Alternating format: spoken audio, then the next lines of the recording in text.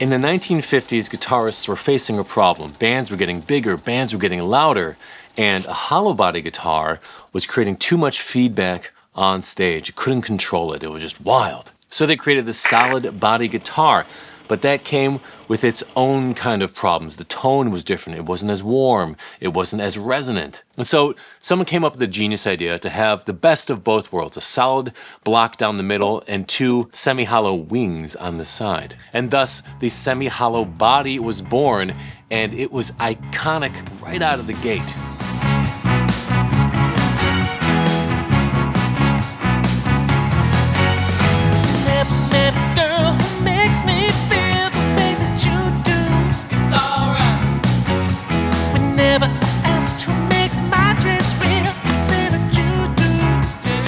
They weren't trying to create the perfect guitar, they were just trying to solve a problem, and they accidentally ended up creating one of the most iconic guitar designs of all time. And today, this guitar represents a great middle ground for more guitar players than ever before.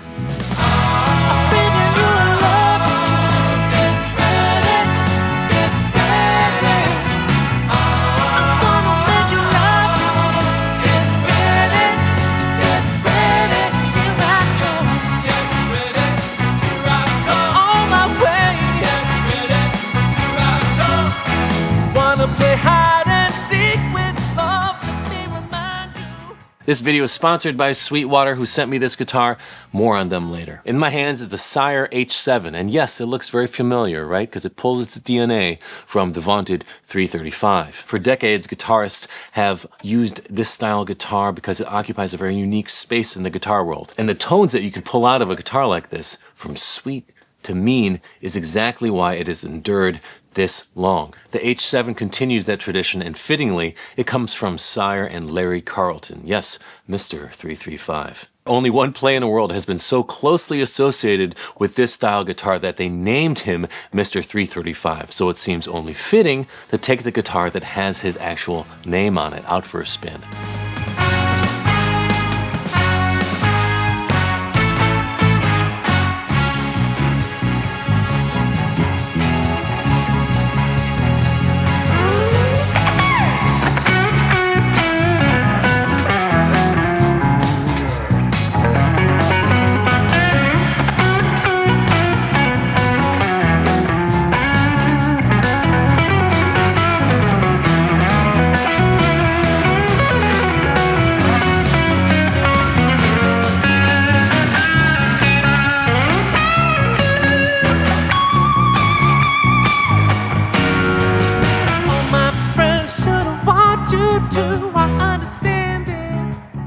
Some of you might argue with this, but a hollow or a semi-hollow guitar will have resonance, and that resonance can transfer through the bridge into the strings, into the notes you're playing, especially in a live situation. When I was tracking Get Ready with this guitar, it instantly fell into a great rhythm and comping situation, just sitting on the side, letting the vocals shine, letting the horns come through, and the neck pickup is just perfectly suited for that. I mean, even unplugged, listen to this. I love the sweet sounds out of this more than I did like a Strat or a Tele, which are usually my go-to guitars. There was something interesting about this in the way it felt and the way that it recorded, right? Sometimes it sounds great when you're playing it into an amp, but then when you record it, you're like, that doesn't sound the way I was hearing it. This transfers exactly how you would imagine it. And a lot of times, a humbucker guitar, too dark, right? Not articulate enough, not enough presence, not enough clarity. This somehow has all those things, all those beautiful things that we all love out of a guitar, that sparkle, that shine, all that stuff that's magical.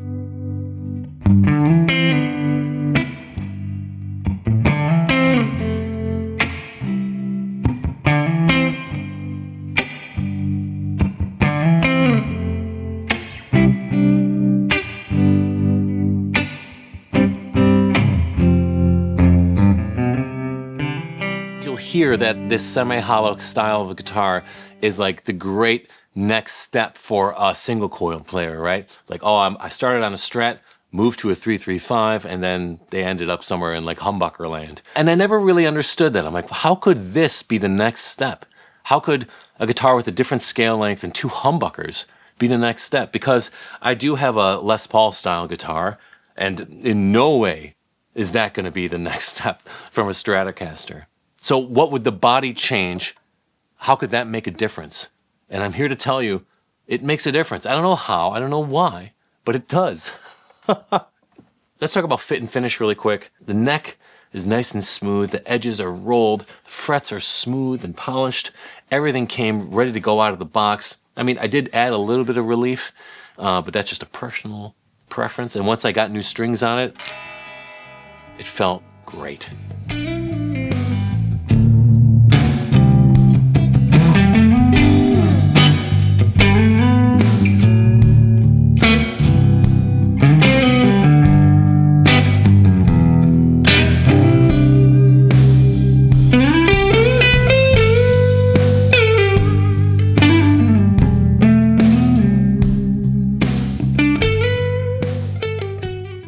Listen to this neck pickup. I'm a single coil kind of guy, right? But like this feels so close to playing my Strat or playing my Telecaster.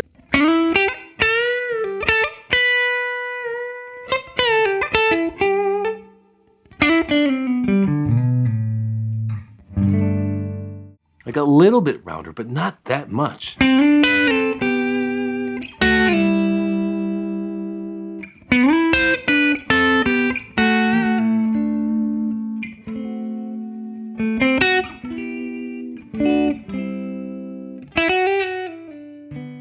Now you see that sweet character it has. You add a little compression too. It's really fun, right? It's very like bouncy and springy. Sometimes when I think humbuckers, I think it's like slow, it's heavy, it's dark. But this is like springy and fun, man.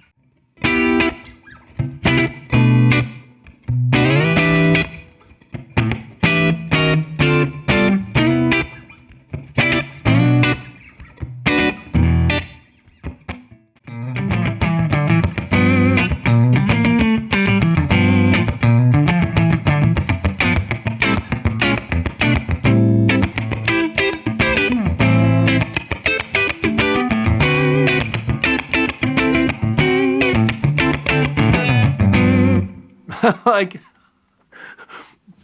that's a blast, man. Like, I can do that forever, and it just feels really easy. Like, a lot of times on a humbucker, it like bottoms out, or it's too bassy, it's too heavy, and sometimes it just doesn't feel, at least for me, as nimble as a Tele or a Strat, right? Or as a single coil, like 25.5-inch scale length. But it feels fun, and it's got that just like sweet side to it that I love.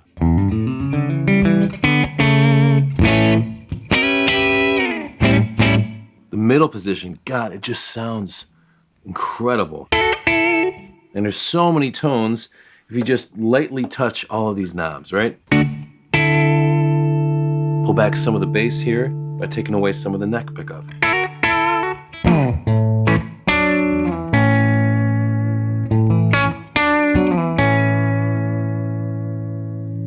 Or pull back some of the bridge to make it darker.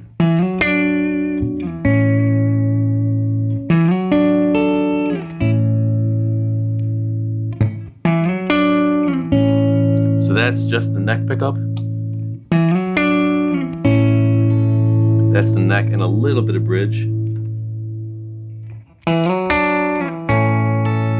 That's mostly bridge and a little neck, right?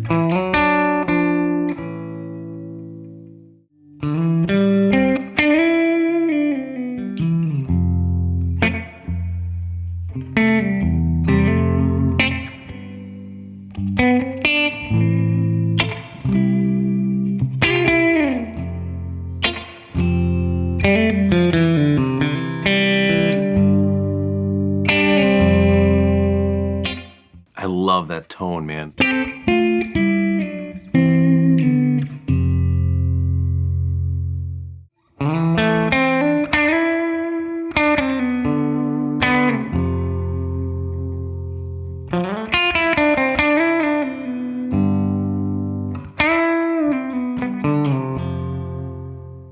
Takes drive incredibly well, just a little bit of drive from the Halcyon Gold.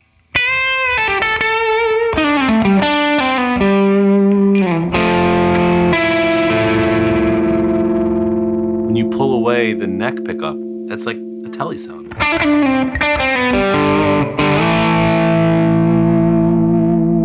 That'll sit so well in a mix, right?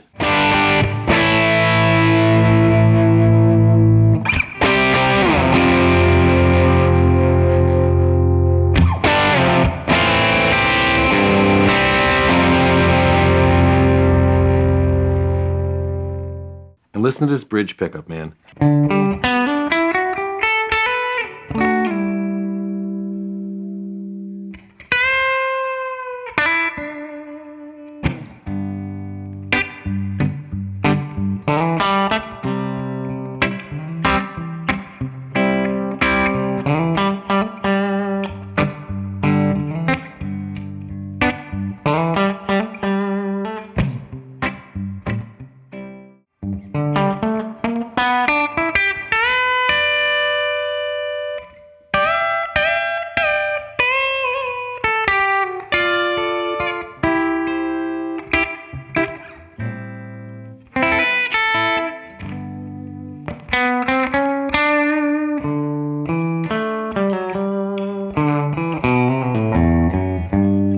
Now here's where things can get really interesting. When you add a lot of gain and a lot of hair to this guy, it responds well. Some guitars don't want you to play something heavy. Some guitars are like, oh, no, nothing hard for me, just I'm driving tonight, right? This guitar will party with you. It can growl, it can rip. The feedback you get from it as you're chugging, as you're shredding, is a great kind of feedback. The feedback you would expect from like a shredder style guitar. But this is not that. No one would say, yeah, 335 style, definitely a shredder's guitar. This is, and that's why you see so many rock and roll guitarists going to this style guitar.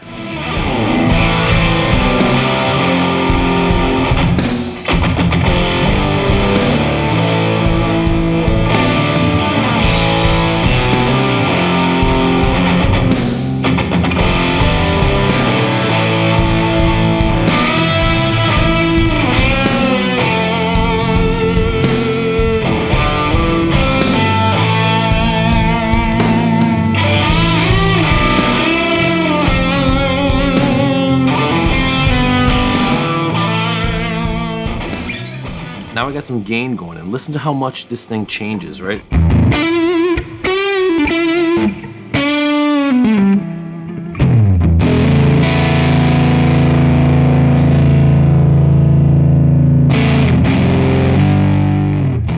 Like, it doesn't sound out of place with like heavy amount of gain.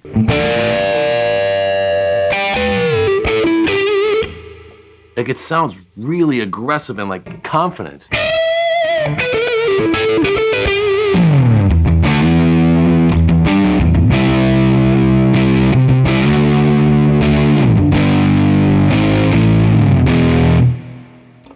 Obviously on the bridge pickup, it just completely rips, man.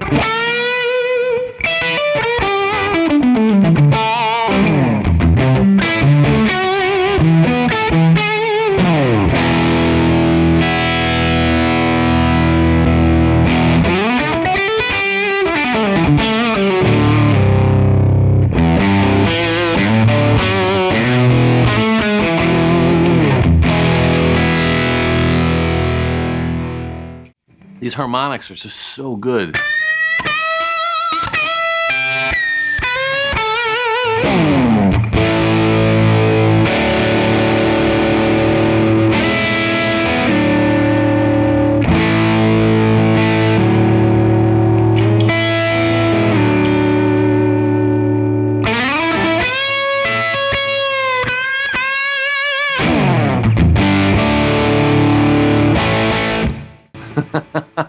Like, I'm in like lead heaven right now, you know?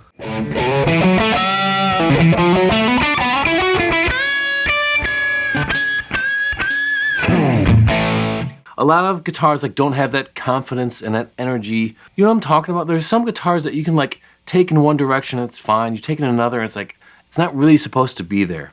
This feels super comfortable, going sweet, going mean.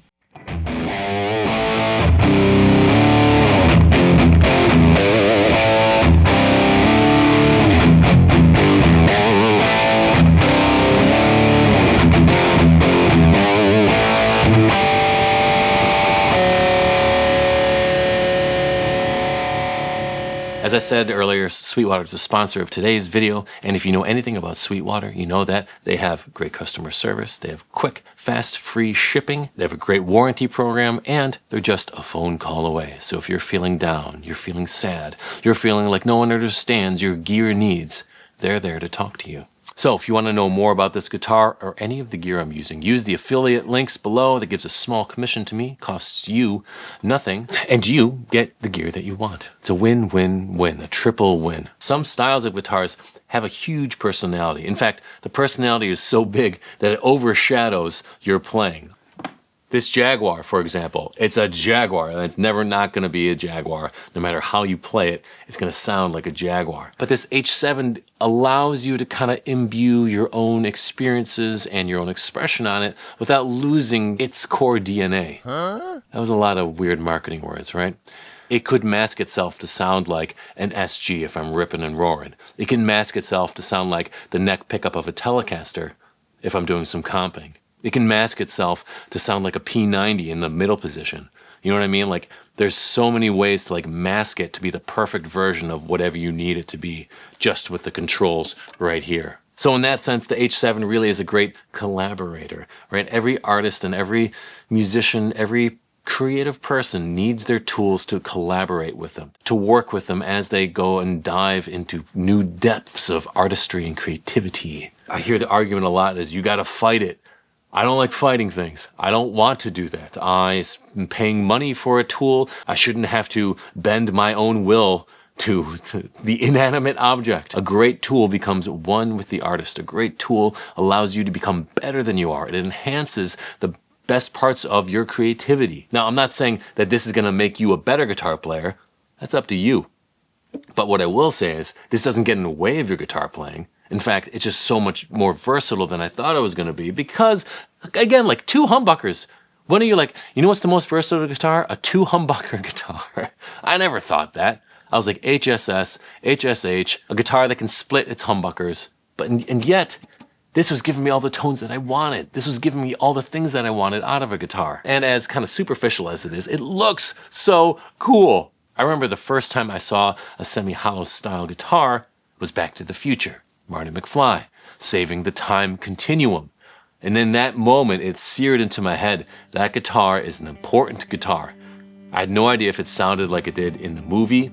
I assumed, I was like, that's kind of like an old-fashioned style guitar, but that's an important guitar. The iconography and the symbolism of it, you know, impressed upon me gravitas.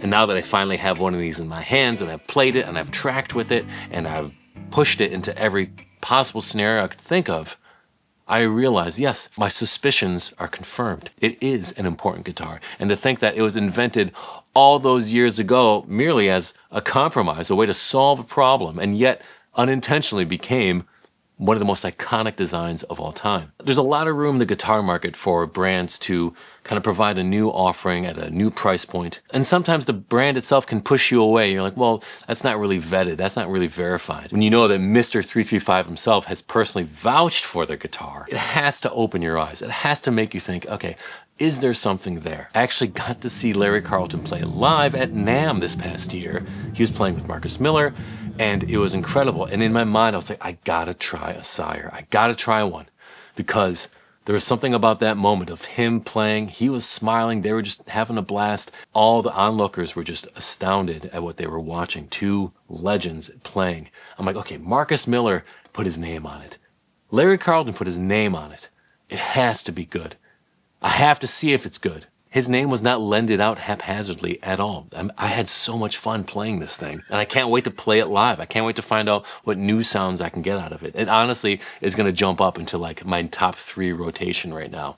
That's the Rev Star, which I'm loving, this, and then a special guitar that I'm kind of rebuilding right now that I'm very excited for. If you want to know more about the Sire H7, click the links below. Thanks again for watching, guys. My name is Alex, and I'll see you out there on the internet.